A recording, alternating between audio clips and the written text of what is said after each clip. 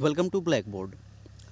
आज का वीडियो बहुत ही इंटरेस्टिंग होने वाला है क्योंकि आज हम डिस्कस करने जा रहे हैं F-35 और F-22 के बारे में।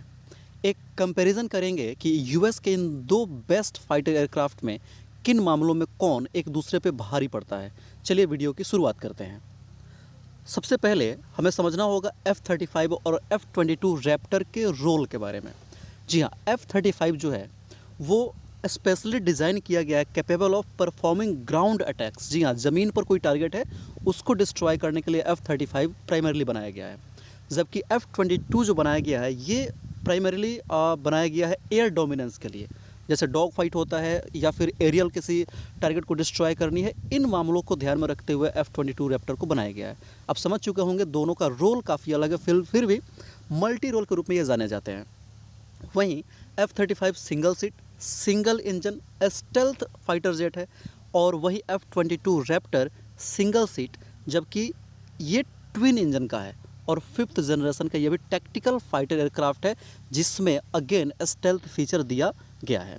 चलिए इनके दूसरे और फीचर्स को देखते हैं। F-35 का जो फर्स्ट फ्लाइट हुआ था वो हुआ था 2006 में। 2006 के बाद से लगभग 14 मिलिट्री जो पूरे ग्लोब पे ये इसका यूज़ कर रही है। 14 कंट्रीज़ की मिलिट्री जिसका यूज़ अभी तक कर रही है। और जो लॉकहीड मार्टिन जो इसको बनाती है उसके हिसाब से जून 2021 तक लगभग 645 F-35 को मैन्युफैक्चर किया गया था, जिसके इस्तेमाल पूरी दुनिया के अलग अलग देश जो यूएस के अलाइज है वो कर रही हैं। लगभग 1255 पायलट्स और 10,000 से ज़्यादा मेंटेनेंस स्टाफ को ट्रेन किया गया है इस एयरक्राफ्ट के लिए। आप समझ सकते हैं ह्यूज इन्वेस्टमेंट, यूएस का एक ह्यूज इन्वेस्टमेंट F-35 में आपको देखने को मिल सकता है। वहीं अगर F-22 की बात करें तो F-22 बहुत ही क्लासिफाइड फाइटर एयरक्राफ्ट है, क्योंकि यूएस इसे कभी किसी दूसरे कंट्री को दिया ही नहीं, ना ही परचेज़ करने के लिए, ना ही पैसे से, ना ही किसी दूसरे प्रकार से। ये कभी किसी दूसरे अलाइज को ये डोनेट करता ही नहीं है। बेचना तो दूर की बात है, आप इसका इस तरीके से समझ सकते हैं कि इतना गोपनीय ये प्रोग्राम है कि जब कोई इंटरनेशनल एयर शो होने वाला होता है या फिर कोई अभ्यास चल रहा होता है, वहाँ पे भी जो F-22 भेजता है यूएस, उसके पायलट्स को खास इंस्ट्रक्शन होती है कि आप वहाँ जाके इन फीचर्स का इस्तेमाल नहीं करेंगे, क्योंकि यूएस चाहता है कि ये फीचर्स कभी भी किसी दूसरे देश को पता ही नहीं चले, चाहे वो यूएस के कितने भी क्लोज अलाई ही क्यों ना हो।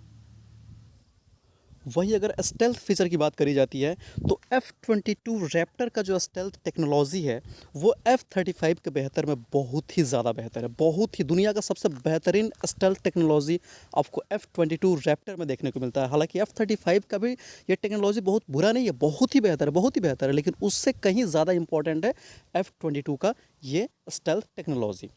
अगर बात करते हैं स्पीड की, तो एक बात का ध्यान रखना है कि अगर यूएस का जो ये दोनों फाइटर एयरक्राफ्ट है जिसमें जो F-35 है वो डिज़ाइन किया गया है किसी ग्राउंड टारगेट को डिस्ट्रॉय करने के लिए, जबकि F-22 रैप्टर डिज़ाइन किया गया है डॉग फाइट के लिए, एयर सुपरियोरिटी के लिए। यहाँ से आप समझ सकते हैं कि ज़रूर ही F-22 के पास स्पीड के मामले में आपको एक एज देखने को मिल सकता है, जबकि F-35 कंपैरेटिवली स्लो होगा F-22 से अगर तुलना करते हैं तो। देखिए यहाँ दिया गया है कि F-35 का जो टॉप स्पीड है वो 1.6 मैक के आसपास का है, जबकि इसकी मनोवरेबिलिटी जो है वो थोड़ी डाउन आपको देखने को मिलती है F-22 की तुलना में, क्योंकि F-22 का जो स्पीड है वो 2.25 मैक के आसपास का है, जबकि इसका क्लाइंबिंग रेट 62,000 फीट पर मिनट का है। वर्ड नंबर 62,000 फीट पर मिनट का, जबकि F-35 का है 45,000 फीट पर मिनट। एक मिनट में इतने फीट ये ट्रैवल कर सकता है। आप देख सकते हैं कि स्पीड और क्लाइंबिंग रेट, मनोवरेबिलिटी, इन सभी चीज़ों में F-22 कहीं आपको ज़्यादा दिखेगा। हालांकि दोनों अपने अपने टारगेट के लिए, दोनों अपने अपने पर्पसेस के लिए इक्वली इंपॉर्टेंट है, लेकिन अगर दोनों को एक साथ कंपैरिजन किया जाए तो आपको F-22 ज़्यादा आपको स्ट्रॉन्ग दिखता है।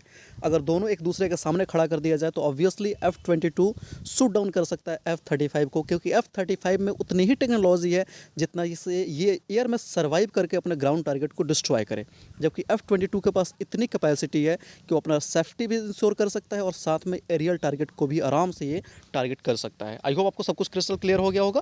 Thank you for watching, thank you very much.